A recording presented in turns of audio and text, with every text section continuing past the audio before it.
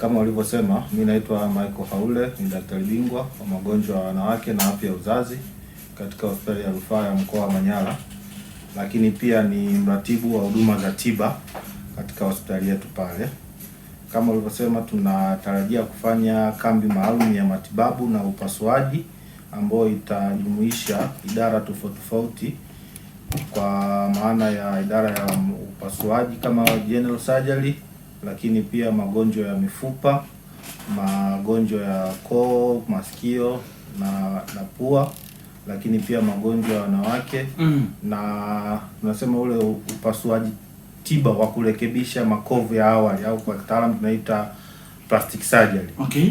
So ni kambi ambayo itakuwa kubwa kidogo, itakava maeneo mengi, na uzuri wake ni kwamba itajumuisha wataalamu mbalimbali wenye uzoefu tofauti kwa maana ya madaktari bingwa waliopo katika hospitali yetu ya rufaa ya mkoa, lakini pia tukishirikiana na hao madaktari bingwa wengine ambao watatoka Marekani ambao wataletwa hapa kwetu kwa ushirikiano wa wenzetu wa Norbert and Friends Missions. Ndio. Mmejipanga vipi kama madaktari wenyeji? Kwa maana kwa kujipanga, huduma zipo na ni endelevu.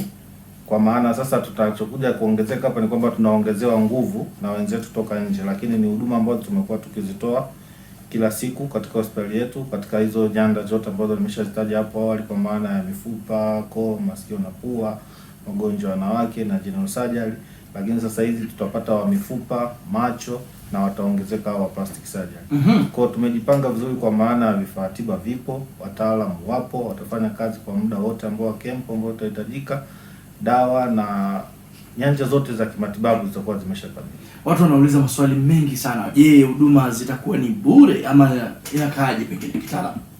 Huduma zitazingatia utaratibu ule wa kawaida wa kila siku hospitali, kwa maana wale wagonjwa ambao wanatumia mfumo ya bima kwa maana NHIF na bima zingine watatibiwa kwa bima zao.